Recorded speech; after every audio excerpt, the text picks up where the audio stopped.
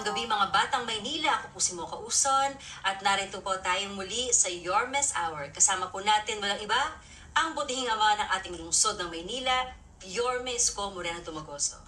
Ay, good evening Mocha at good evening sa ating mga kababayan sa lungsod ng Maynila, sa amin na mahal kong mga lolo't lola at mga Batang Maynila, sa ating mga nanay tatay. Sana'y nasa mabuti kayong kalalagayan ngayong gabi, Biyernes. Opo, at salamat sa Diyos at bumuti-buti naman ang ating kondisyon ng panahon. Nakahinga-hinga ng konti ang lahat ng mamamayan sa mga pagsunod-sunod na ulan, no? Oh, grabe Mocha. Pasensya na po kayo, nakapandin ako ngayon. Pangmalakasan. Okay. Umaten ako ng Mocha ng ating opening ng ASEAN kung saan po ang ating bansa ay siyang magiging host for 2026 sa ASEAN activities at maraming bahagi po niya na ay magaganap sa ating lungsod. At kanina, ito'y inilunsad na ni Pangulong Bongbong Marcos yung bagong logo ng ASEAN for 2026 at na-excite ako doon sa may stamp collectible. So yung post stamp patawag doon. Shout out sa mga collector ng postage ba yun? O stamp. O post stamp. Maganda yung post stamp na inilusad ng Philippine Post Office. At yan po ay ginawa kanina sa Intramuros. Tumakas nga po ako ng kaunti o kasi masyado ng gabi para sa ating weekly report sa ating mga kababayan sa lungsod ng Maynila.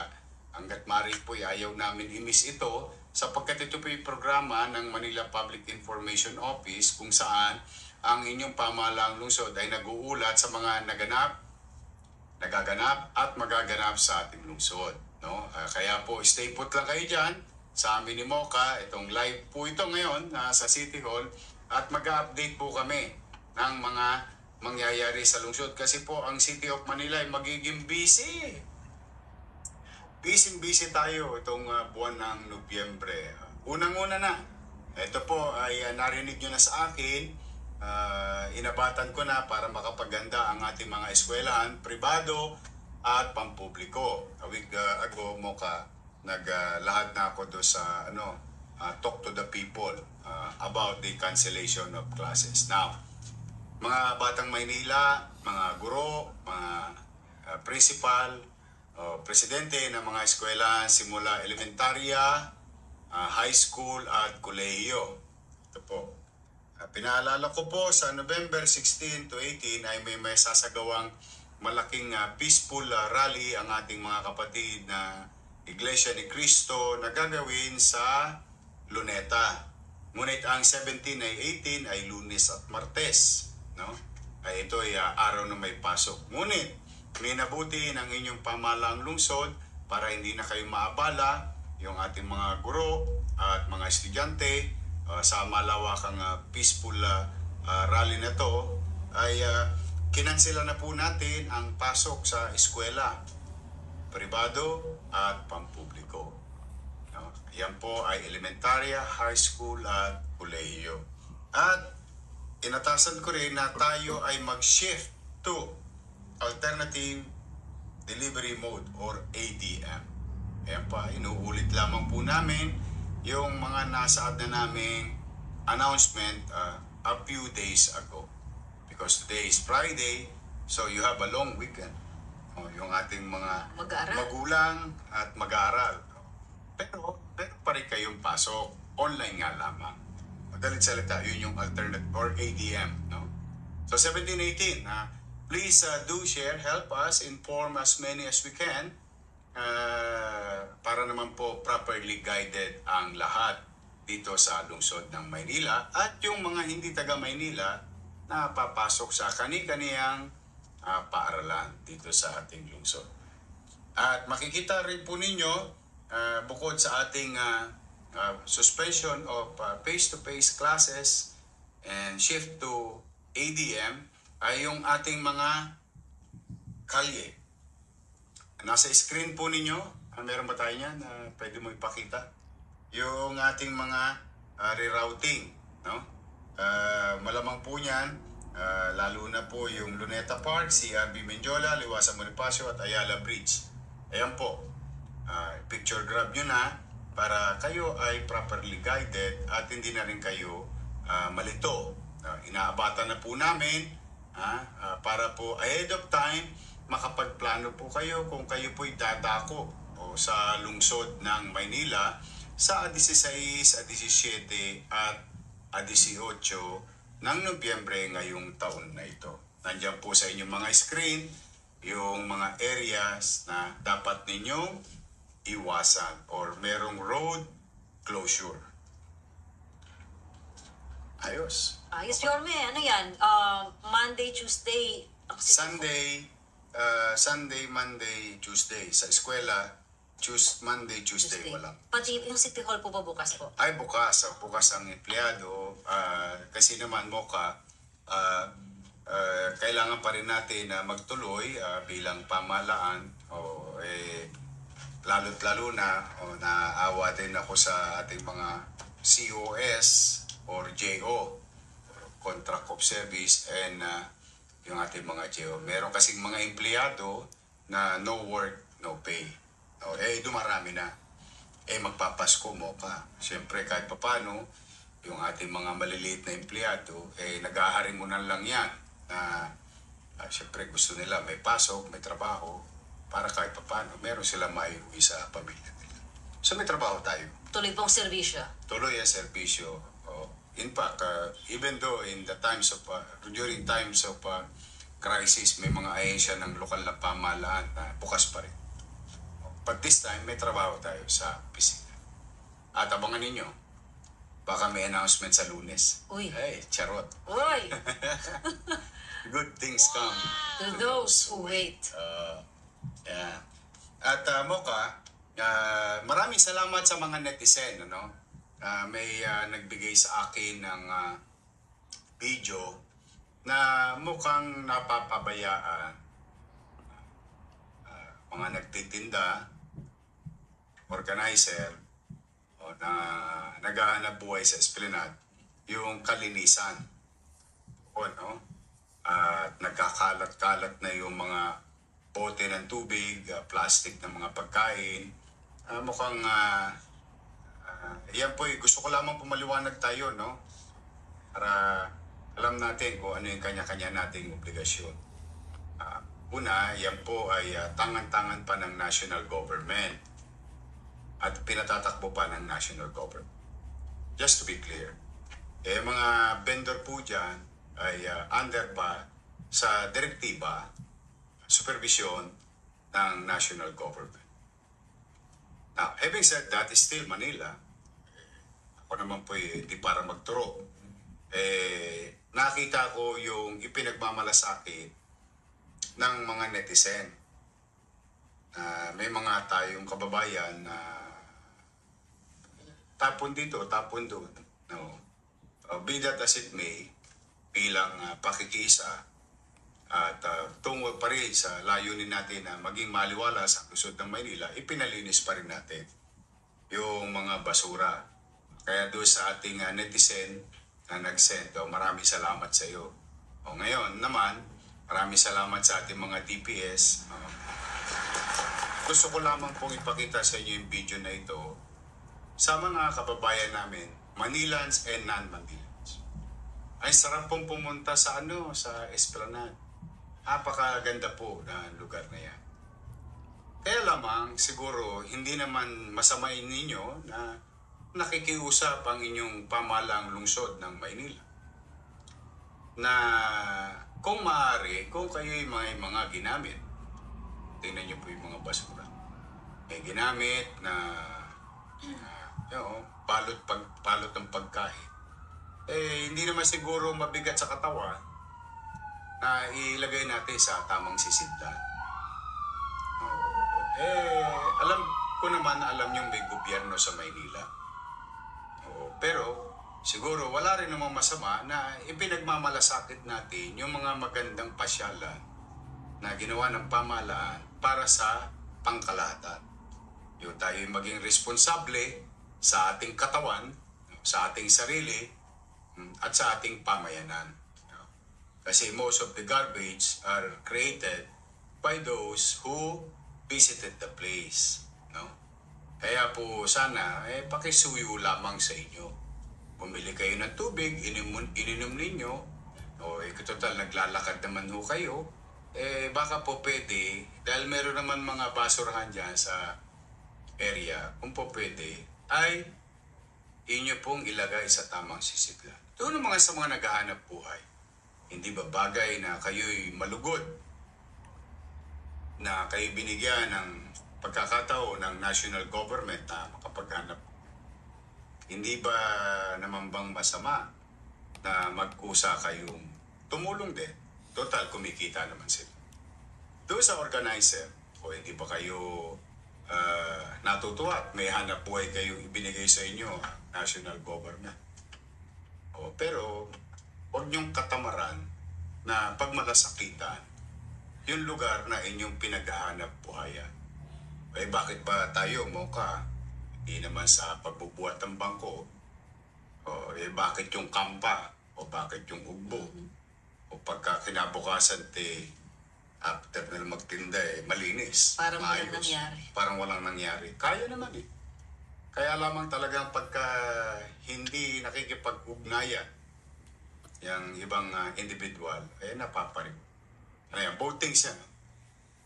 Mamamayan, at saka yung mga nag-organize. But rest assured to our netizen, ayusin natin. Kahit na, ano tawag yan? Sharon Cuneta ba yan? Pasan ko ang daigdig. Sa pelikulang pasan. Nalinis na po. Maraming salamat. Buti pa yung netizen concern. Yung naghahanap buhay at kumikita, di yata nakalimutan niya yata ang pagmalasakitan yung kanyang kapaligiran. But rest assured, we'll continue to send our DBS, city engineering, and so on and so forth. Ayan po, nalinis na po doon sa ating, thank you doon sa netizen. Marami kasing mapagmalasakit sa Maynila. Okay. Natutuwa naman tayo. At bukod po sa Esplanade 2, patuloy pa rin po ang paglilinis at declogging operations dito sa Estero de Paco. Oo, kasi Mocha, yung Estero de Paco pumping station bumigay, nasira. Ironically, for 20 years, yun ay hindi nasisira. Ngunit nung ginawa ng DPWH daw last year, ngayon naman nasira. Ironically. But having said that, tumataas yung tubig sa Paco area. Kaya nakisuyo ako kay Chairman Artes at DPWH Secretary Vince Dizon. Sa lalong madaling panahon, ayusin yung pumping station. Itong pagsasayos ng pumping station sa Paco, tapos sinabayan naman natin yung tributary area towards Paco pumping station, itong may Paco. Nilinis na rin natin at dumating na rin yung mga Paco natin para maliwalas naman yung lugar. So makikita nyo mga kababayan na ayan po, nakita nyo yung basura kanina, nakita nyo po ito. Ito po ay gamit ng syudad ng Maynila na ipinagkaloob sa atin ng national government. Ngunit nakatambay lang yan. Kaya nung tayo po yung mag-alkalde, pinaplano ko kay Engineer Andres at Director Kenneth Amorao na ilatag doon sa may Paho at may Paco. Dito sa area na to at saka sa norte. Para to create more space to declog our riverside, creekside. At the same manner, makuha rin yung mga floating solid material sa body of water na. Kasi nagbabackflow dahil nga sira yung pumping station. At then again, sa ating mga taga-Paco. Yan po ang inyong pamalang lungsod. Doing our best to continue yung flood control mitigation natin approach. Kung ano yung kaya natin o ginagawa natin araw-araw. Tulad ng pinakikiusap natin sa ating mga barangay chairman, 896 of them, no? Na kani-kanilang barangay, Kagawad, Secretary Treasurer, Tanod, EXO, SK, na linisin yung kanilang mga kani-kaniyang imbornal sa kani-kaniyang barangay tuwing Sabado. Paging habit. But then again, your city government will never stop sa kalsada, sa main road, city road, pati sa body of water.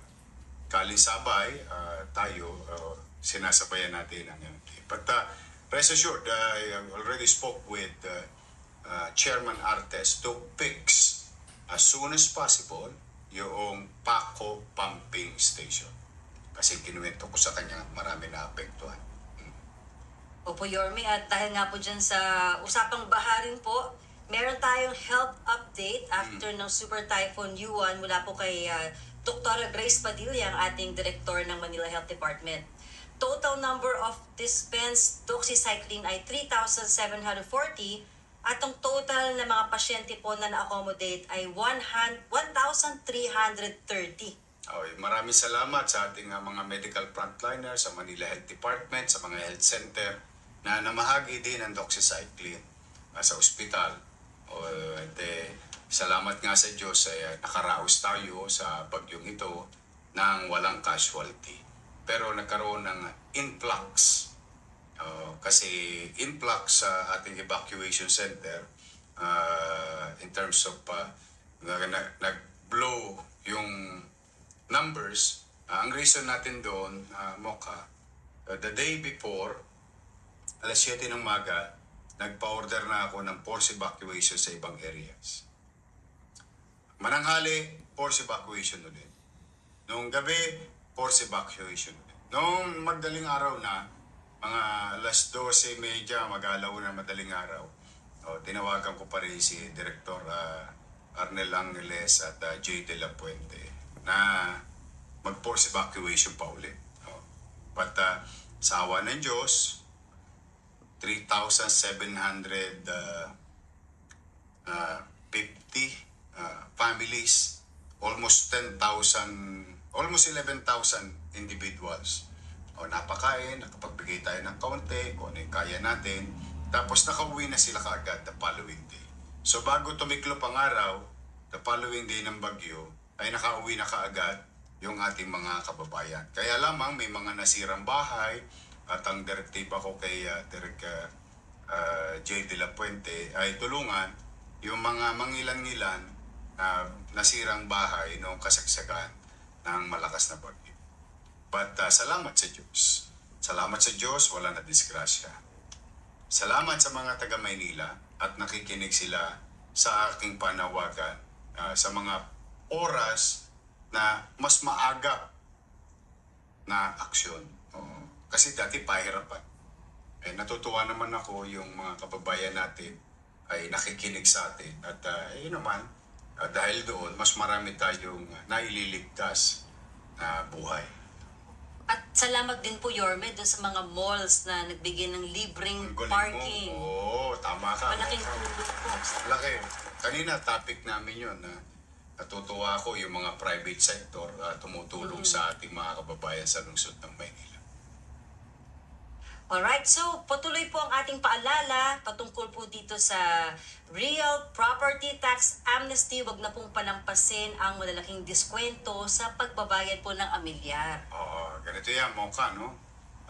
Yung ating mga kababayan na may mga arrears for so many years, meron pa silang up to December 31, 2025 na kapakinabangan doon sa batas na ipinapasa natin sa Konseho ng Maynila na July 1 to December 31, General Tax Amnesty. Sabi, wala na silang babayaran penalty. On top of that, meron naman po tayo pinaiiral at pinatutupad sa ating mga taxpayer na 20% discount up to December 10. So sayang, grab the opportunity. Bagamat, no, tayo hirap na hirap sa cash, pero ayoko naman iatang ng iatang sa inyo yung obligasyon na yan at makapagpabigat pa ang pamahalaan. Kaya gusto ko ma-avail nyo yan. Kasi next year mo ka, baka magbago na ang lahat. Kasi may bago ng batas, yung RP Bara. O yun, baka i-implement natin yun. Kasi yun ay bagong batas. Kanina galing tayo sa DOF at yun nga ipinaliliwanag din sa akin, ipinaalala sa akin. Pero hindi lang yung pang Maynila, pang buong Pilipinas yun. But for the meantime, no, gusto natin makagaang naman sa ating mga taxpayer. So you have 20% discount if you pay before or on December 10. Now, ano yung susunod na discount mo ka? December 11 to December 29 ay 15% discount. Yan, tingnan nyo po yung mga petsa, ha? I-grab nyo na yung picture na yan para kung anong araw ninyong gusto at ma-avail yung mga diskwento. Meron pang isa yan. Opo, December 30, simula December 30 hanggang January 31, 2026, 10% discount naman po. Yan. After that, wala na. Wala na. Wala na, Kaya sayang. Sayang. So Yorme, klaruhin ko lang po yung 20%, pwede na magbayad simula, For 2026, Opo. i-advance mo. so dapat before December 10 makapagbayad ka na. Makaka-avail ka ng 20%. Opo. Oo. So halimbawa, sa Monday, magbabayad ako ng amilyar ko, 1,000 pesos. Oo. Supposed to be. for 2026, 800 na lang babayaran. hanggang December 10. Oo. Kaya dapat habulin na yon, Ay, sayang. kung 10,000 naman, di 2,000 na nasave mo. Kung 100,000 naman, 20,000 na So nasave. may panahon pa, almost 1 month. Yes. Talagang gusto ko lang makaramdam ang ating mga kababayan ng kagaangan. Bagamat tayo, kinakailangan natin yung mga pananalapi na yan. Pero ayoko yung maging dahilan na maging pabigat pa sa taong bayan. But next year, we have to do what we need to do.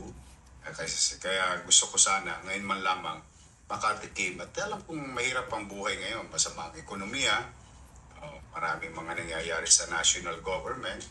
At ayoko naman na makadagdag pa ang pamahalaang lungsod ng Maynila. Pero next year, we have no recourse but to follow the new law. I-implement naman natin. Sa buong Pilipinas, hindi lang pang Maynila. Ayan po, kaya paki-screen capture na po itong mga diskwento at ayan po, magbayad na po tayo para tayo maka-avail ng 20% hanggang December 10 at mula naman December 11 to 29, 15% off at mula naman po Disyembre 30 hanggang Enero 31 ng 2026, 10% off para po sa real property tax for 2026. At maaari din kayo magpunta sa City Treasurer's Office o kaya naman sa pamamagitan ng Go Manila app. www.gomanila.com. Yan po, pwede nyo pong puntahan niya para makapagbayad o kayo. Opo. At Boss Yorme, bukod po sa real property tax, ang saklaw po nitong general tax amnesty ay kasama din po dito yung mga business taxes. Yes. Pati yung huli sa LESPO o yung mga ticket Oo. sa Ayan. Oo. So, ibig sabihin po nito, yung mga hindi nakapagbayad ng business taxes and fees at iba pang nariyan po ay mawawave yung penalty. Yes. Minsan kasi mas mahal pa yung penalties Oo. and surcharges. Oo. Okay na yan. Pasayang naman eh. Sayang. Kasama din po ba dito yung business permit, Yorme? Yes. Yung halimbawa hindi nakapag-renew, napasok na. Yan. Kasi may mape-penalize ka. Laki ng penalty. Kawawa naman yung ating mga naghahanap buhay. Ayan po, nasa inyong screen, paki-screen capture po at para tuloy-tuloy po ang inyong business at yung mga violation po na mga, halimbawa, traffic violation fees, ayan po, paki-settle na po habang meron po pong tax amnesty program. Okay. Mocha, nung nagpunta tayo doon sa Manila American Cemetery and Memorial, no? Para sa Veterans Day. First time ko nakapasok. Ganda pala siya. Napakaganda. Ganda ng storya. Yung mga walls niya. Namit natin yung ating mga veterans. So, ngayon sa mga nangabuhay pa at pamilya ng veterano. On behalf of the people of Manila ay maraming salamat sa inyong sakripisyo upang makamit namin ang kalayaang aming tinatamasa ngayon sa aming henerasyon. Kundi dahil sa mga sakripisyo ninyo, hirap, pagod, at sukdulang pati ang buhay ninyo ay inalay ninyo upang ang aming bansa o ang ating bansa ay manatiling malaya.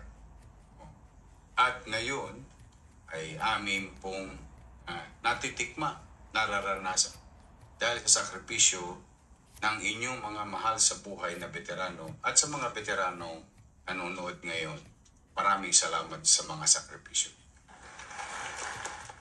Maraming salamat po. At usapang sports naman po tayo at mga kabataan, dahil talaga sinusuportahan niyo po ito para sa ating mga batang Maynila. Dumalo po kayo sa opening ceremony ng Palarong Maynila 2025 sa San Andres Sports Complex. Oo, ang saya ng mga elementary saka high school. Saka dito, maganda rito, no? Through the leadership of Superintendent Lumeda or SDO family, no? Pati private, sumali, kasali dito. So very excited ako sa ating mga principal. Ayan, mga principal natin, no? Puro may asim pa yan. Mga principal natin, mga teacher, mga coaches, and of course, sa ating mga estudyante. At ikinuwento ko sa kanila, which malalaman ng taong bayan sa Lunes, na 2024 na sumali ang Maynila at nagpadala ng mga atleta ay ang nawaging medalya ay isa lang noong 2024. And we fell number 84. 84th place tayo. Ngayon, nagpadala tayo itong administrasyon na ito 2025 through the leadership of Dale Evangelista. Sumali tayo sa Mindanao, nakaraang linggo lamang halos. Ang nakuha ang medalya natin from 1 medal ng 2024, ngayon po ay 44 plus gold medal ang nakamit ng mga atletang Batang Maynila. From 84th place, no? We are now number 3 in the country. Ayun, sabi ko sa mga bata, next time, kayo naman nasasali doon, bring home the bacon. But for now, enjoy camaraderie among Batang Maynila. At maging ligtas at maayos ang itong mga larong pampalakasan wherein we can discover talents. Remember, marami na ng gold medal na taga-lungsod ng Maynila at Batang Maynila. Yung isa dyan, San Andres, Levilisa, yung si lalaki, Carlos Yulo. Doon yung naglalaro sa Paraisong Batang Maynila, tapat ng Manila Zoo. Yeah. So good luck. Congratulations in advance. Meron lang po tayong announcement dahil nga po inanunsyo ng Korte Suprema ang pagbabasura sa petisyong ipagpaliban ng 2025 Barangay and Sangguniang Kabataan Elections. Ito po ang voters registration in the City of Manila. Sila po ay maaaring magparehistro hanggang May 18, 2026.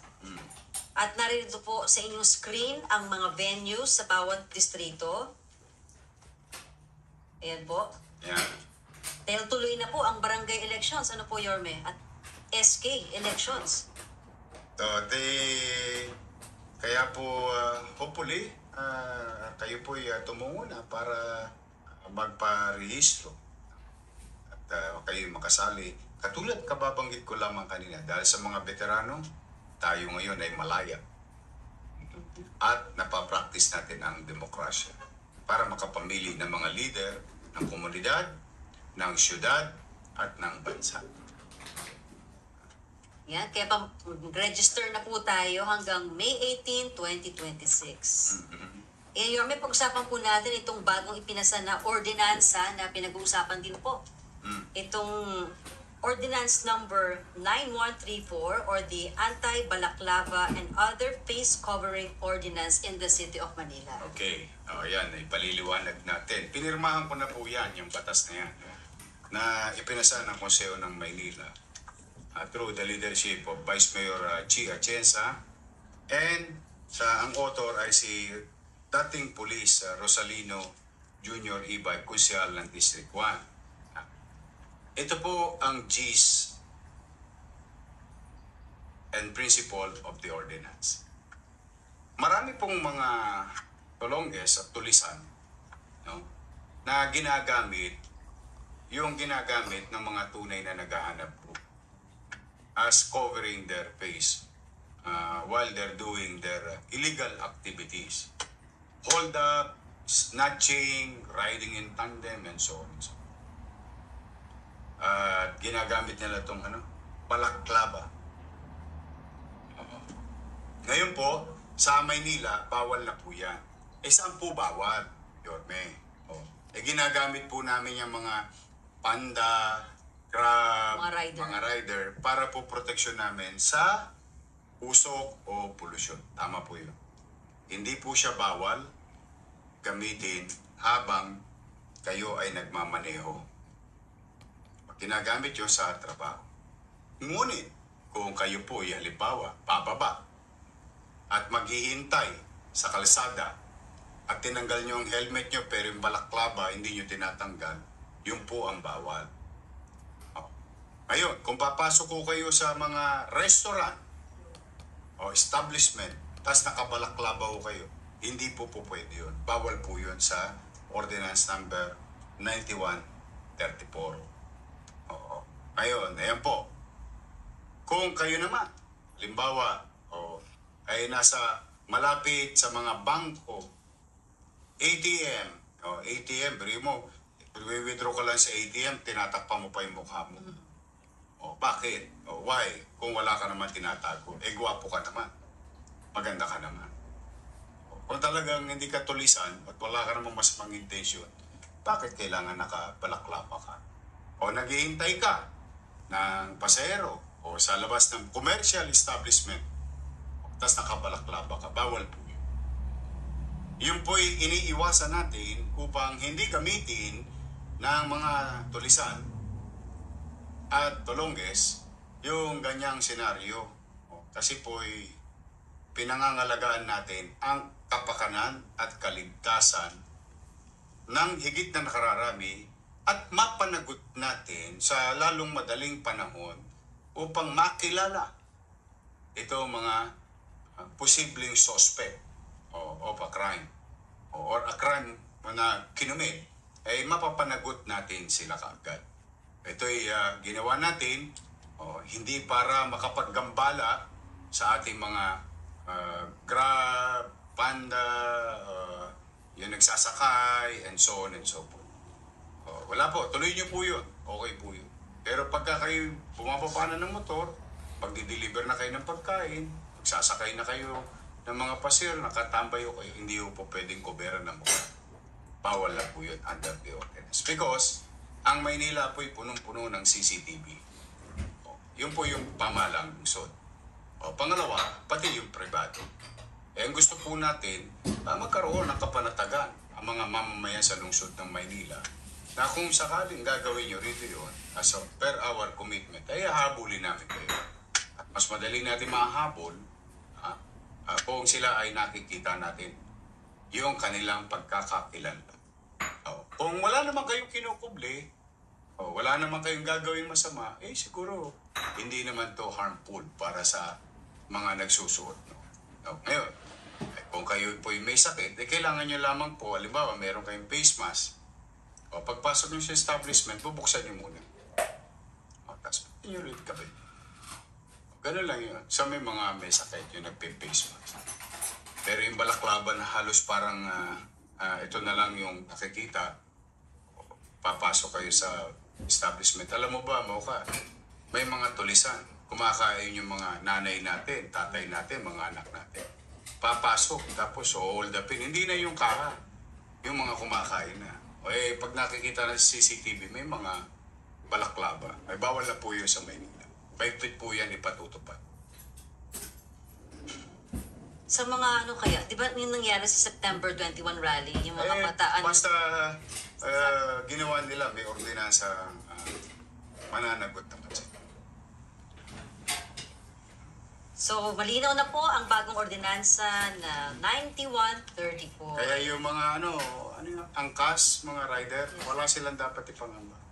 Basta naghahanap buhay sila, ginagamit nila sa parang cover sa pollution. Tuloy lang yun. Pagbaba lang nila, paghinto nila, pagparada nila, pagpapasok sila sa mga establishment. O, lalo na particular yung commercial and bisan bahay. Okay. Tapanggap na delivery. O, yung pala riding in tandem. May titirahin lang na bahay na may bahay. Oh, tsaka mga shoplifter po, naka-mask. Ayun, Pero yun, kita mo yun. papasok ng grocery. Sa lisigang. Oo. Yun, sa lisigang. Tama ka. Kaya para Kailangan huminto yan. Hindi pwedeng gawing excuse. Ngayon, kung wala naman ako kayong gagawing masama, yung ba, ikabubuti ng higit na nakararami yung ordinansa. yan, tama po. Yorme, ito nga po, nakita namin sa Facebook ninyo na isang ginang nagbalik ng kanyang unit sa Binondominium. At dahil naibalik niya, katulad ng batas na naipasa natin, ibinalik natin yung 68,394.12 na inihulog niya 2,000 buwan-buwan. So, mga ilang taon po siya nagstay, ano po? Mataas siguro, award ito from day one. Tapos naibalik din sa kanya. Dahil... Para ko lang siya pinag-impok, katulad ng ipinangako ko sa taong bayan na mga tagalungsod. Tinuturoan ko lang kayo mag-impok. Ayan, nakuha niya ulit. So, nagamit niya na halos parang libre. oo. So, alis na siya sa unit na yun. Oo, dahil ngayon, pinipintuaran natin, may pamimigay naman natin sa bagong beneficiaryo. Congratulations. Congratulations po kay Miss Blessy Gonzalez. At ibig sabihin, may isang bakanting unit na naman po ng Binondominium na mapupunta po sa mga taga Maynila. 41 days before Christmas. Nako, yan na. Baka naman. Baka naman. Magpapasko na mo pa. Oo nga po, boss. Merry Christmas. Steady ka lang dyan sa Gedli. Hindi ka mawawalan. Nako, natutuwa tayo dahil yung ating mga hotels are very active. In fact, kanina hindi ako nakapunta sa Ramada eh. Si Vice Mayor ang pinapunta ko kasi nga I have to go to the ASEAN event. But we went to Admiral Hotel and Century Park Hotel. Nagkakasunod-sunod na. I'm happy, I'm excited. Maganda ang vibes ngayon ng mga negosyo. Malapit na po ang Pasko, steady lang. Nako, mga batang Maynila. Mga bawat pamilyang Manileño. At especially, di bawat pamilyang Manileño, yung mga lolo't lola ko pa. I love you. Of course, may special kayo sa akin. Diyan lang kayo. Spoiled talaga ang ating Huwag kang mag-alala, sana all ka dyan. Tatanda ka din. Una-una lang yan. Antayin mo muna. Yun muna ang aking mga minamahal na lolo't lola, nanay, tatay, na senior citizen. May extra kayo. Bukod sa inyong pamilya, kahit nagipit tayo, nagawan po natin ang paraan. Wow. Yes, so, naumpisaan na natin yung mukha. Noong nag-mayor tayo noong 2019, inumpisaan ko na yun. Kaya gusto ko ibalik lang ulit. May special gifts mismo para sa mga lolo at lola natin. Yes. Yeah. Alright. So, Yorme, dahil sa sipag nyo, ay in-inspection pa ninyo ang Barangay 598 Multipurpose Building sa Damca Street, Old Santa Mesa, upang makita ang kasalukuyang kalagayan nito. Kasi mo ka, una, dati ang health center. Dati ng health center yan. Ewan ko ba't tinanggal nilang health center. May nagpagawang politiko, tapos hindi naman binalik yung health center. Tapos puro mukha ng politiko yung nandoon sa facility. Sabi ko, balik nyo yung health center kasi ang laki ng populasyon ng Damca. At yung Bacood area, diyan lagi nagpapacheck up yung ating mga nanay, tatay. Kaya nung punta kami nila Andres, nila Director Grace Padilla, nila Director Kenneth, sabi ko, yung ating daycare center mananatili. Kasi yun yung sa likod ko, access yun para sa ating mga chikiting. Tuloy ang health center, ang daycare center. Now, ang pangako ko sa mga taga-Damka Santa Mesa ay ibalik yung Pamana Health Center. Kaya po kami nagpunta dyan upang bisuway na lisanin nung umuuko pa dyan yung pasilidad. Nakita mo yung bita? Oo nga po. Ayan. Aray ko. Napabayaan. Bago pa yan. Anyway, moving on. Ang gusto ko, magkaroon tayo ng health center dyan. Sabi ko, 2 dental facility, x-ray, ECG, at saka pharmacy, saka yung mga maintenance ng aking mga senior. Kaya, in the coming months, after natin makasama yung ating mga architect, engineer, sila Engineer Andres, na magdisenyo na ito'y maging fitting para maging Pamana Health Center muli sa Damka area, Santa Mesa. Yan, kaabang-abang po yan. At bago po tayo magpatuloy, Yorme, ito po yung isa nating inaabangan dito sa ating programa, ang infomercial ni Councilor Lou Veloso. Si Lou. Come on, Lou, pasok! Pamilya Balimbing na naman.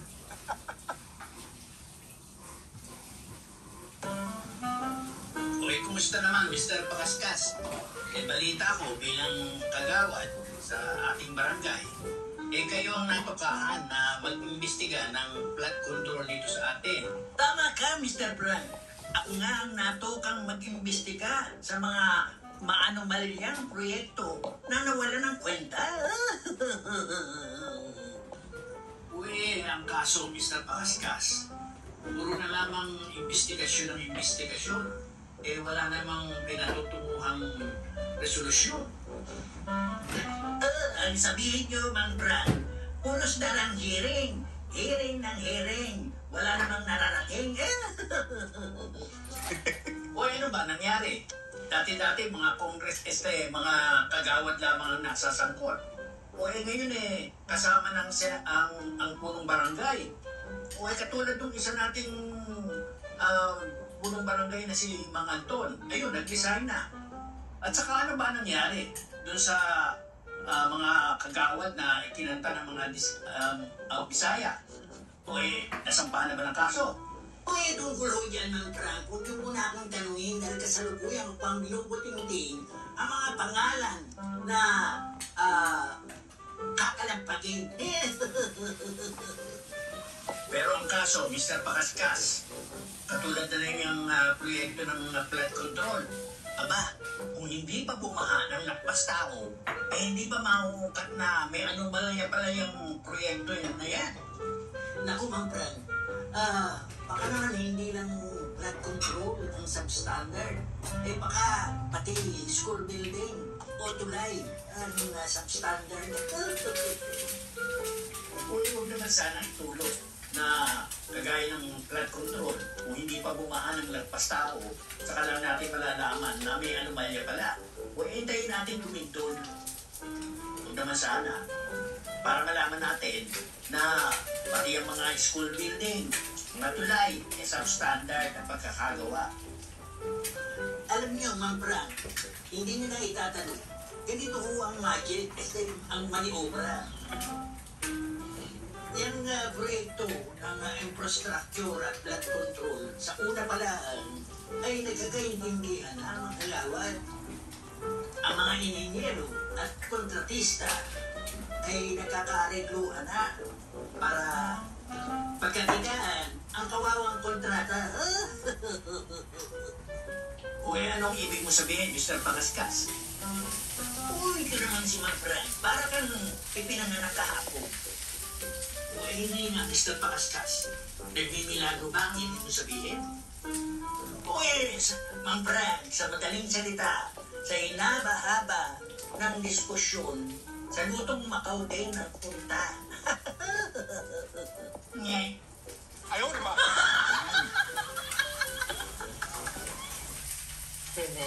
Ito talaga si Lou Veloso, ang taba ng utang eh. Thank you, Councilor Lou Veloso. Nakakapag-break kami dahil sa mga video mo. Thank you very much. Okay, let's move on.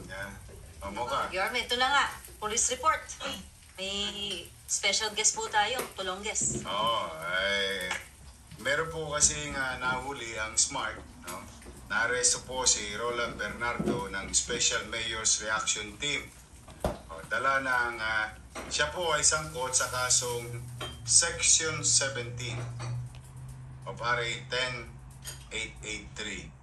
The new anti-carnapping law and violation of PD 1612 anti-fencing law. Hindi po yun yung Sport natin. at saka hindi bakod. Ito po yung mga taong bumibili ng nakaw. Kaya magandang alaala to at paalala. Mag-iingat kayo sa inyong mga binibili. Baka mamaya, yan ay galing sa nakaw kasi mayroon pong batas. Ito po, si Romel Fernandez ay nanakawan ng motor sa ibang syudad. Ngunit, isang buwan matapos ang insidente, itong Bernardo Roland Senya, nag-o-online, binibenta ng PI yung motor. Nagreklamo ngayon sa Maynila. Itong si Romel Fernandez. So, siya naman umaksyon agad yung ating Special Mayor's Reaction Unit. Di ba? Reaction Team. What you call SMART. Yan yung mga pyesa. Ayan, dali mo nga dito. Saan ba yan? Tulong days, tulong days, tulong. Ito po, mga kababayan. Huli na. Siya po, nabista na. Piskalya na. Kanina. Kaya kayo, mag-iingat po kayo, panawagan namin.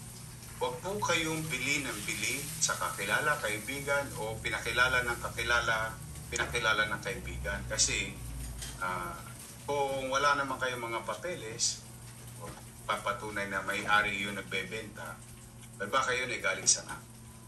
Every mo, maganda siguro ang intention mo, makabili ng mura, o maisalya mo, o flip, no? Kumita ka ng konti, pero ikaw naman ngayon. Kaya, good job. Palakpakan natin ang SMART. I'm happy for Mr. Romel Fernandez na nakamit na naman niya ang hustisya sa pamahalang lungsod ng Maynila through Manila Police District at ito ating SMART. Sige, dali mo na yan. Good job. Repeat up siya.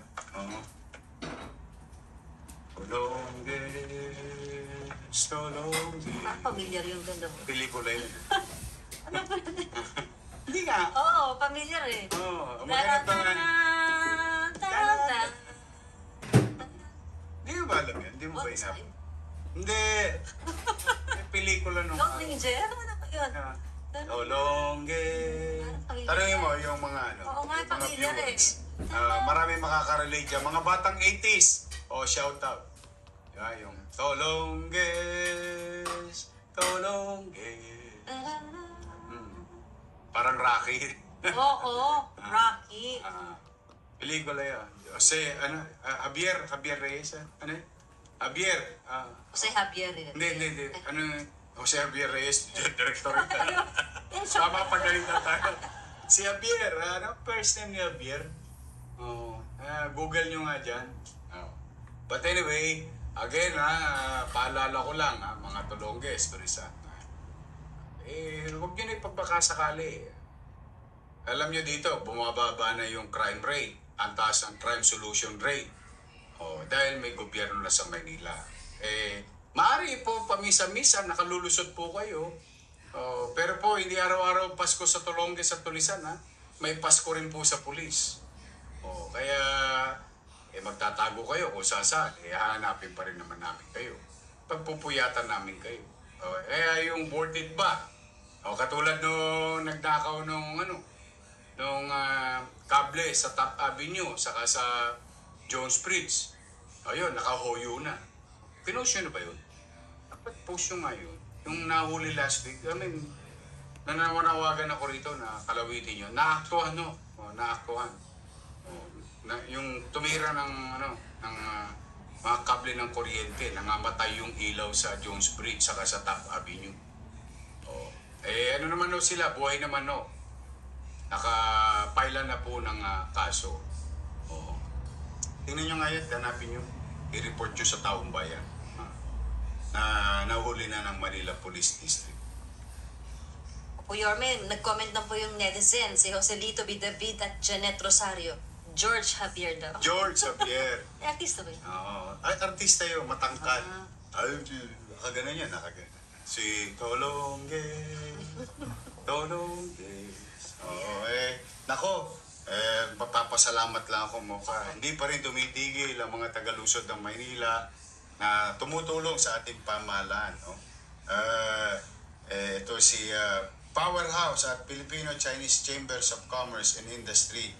6,000 capsule of doxycycline and 500 hygiene kits. Thank you very much, Powerhouse.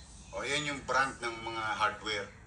Yan, Ayan, si Eric C. Saka si Kagawad, Kagawad. Jason Yu. Ayan, nagbigay ulit sila. Ayan naman ay nagagamit natin sa ating mga health center at ospital. At thank you very much, Vincent C. Chan at Xiang Chan. 200 bags ng bigas. Ayan.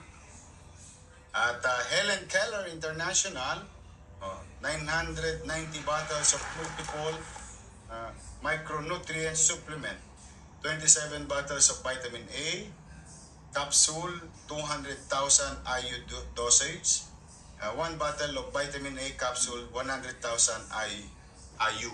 IU ba? Ano kaya ibig sabihin ng IU? Dosage. Yun, kung ano man yun. Pero ito po yung mga binigay nila.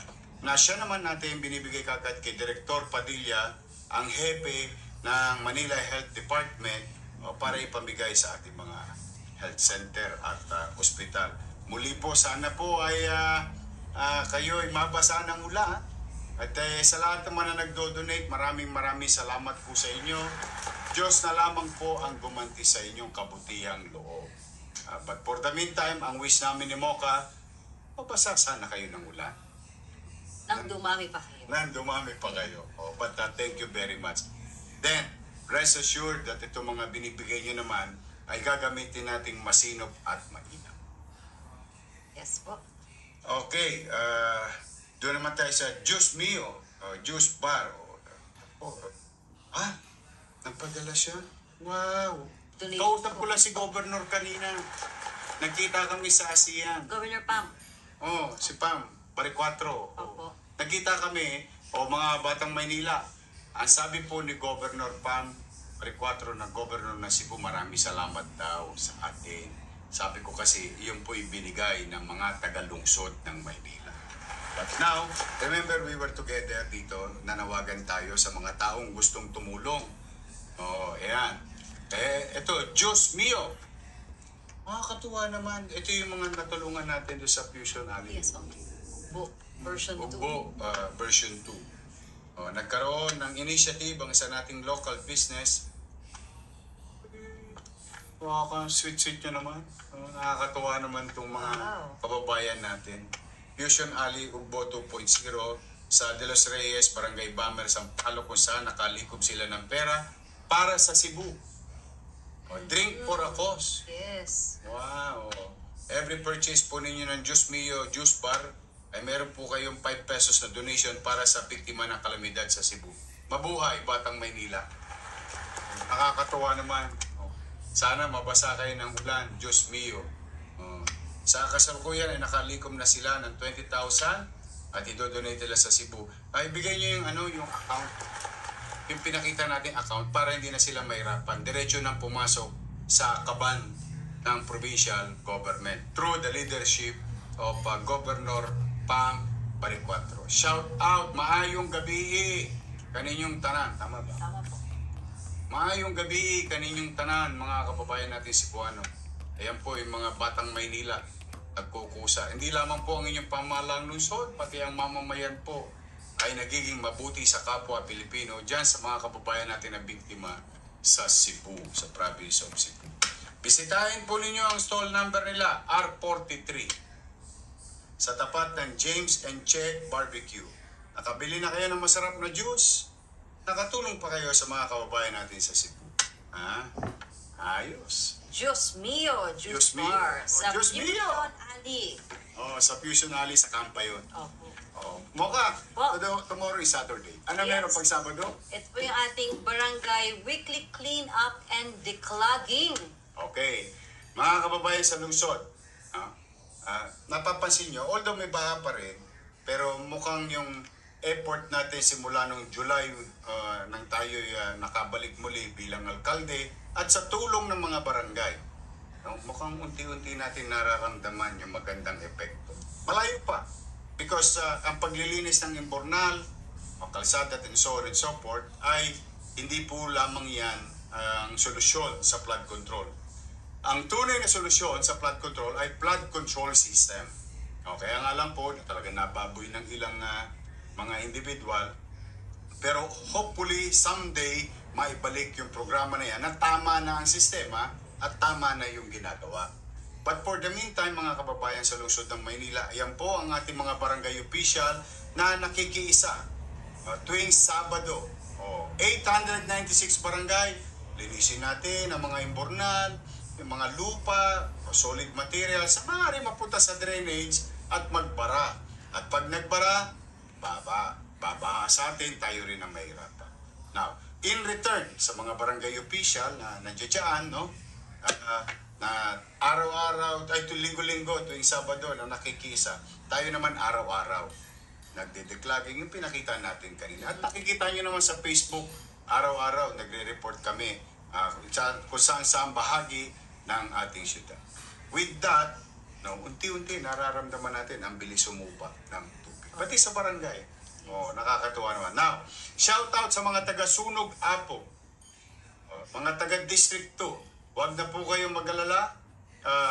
Ako po'y binigyan ng garantiya that the other day ay sinimulan na po ang pagsasaayos ng hopefully tamang pagsasaayos ng Sunog Apog Pumping Station. Ito po maganda. Wala na pong politikong involved. Ayan ulitin ko wala na pong politikong involved. National government directly aayusin na yung Sunog Apog Pumping Station.